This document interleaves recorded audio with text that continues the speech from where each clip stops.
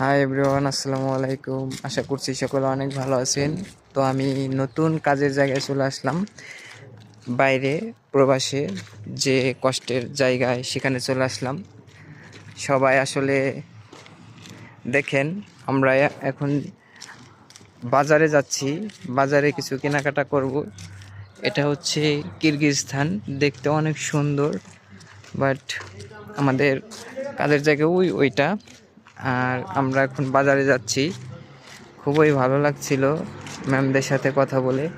আর এখানকার মহাজন যে ম্যাম, অনেক ভালো মনের মানুষ। আর এখানকার যারা আছে সবাই অনেক ভালো মনের মানুষ।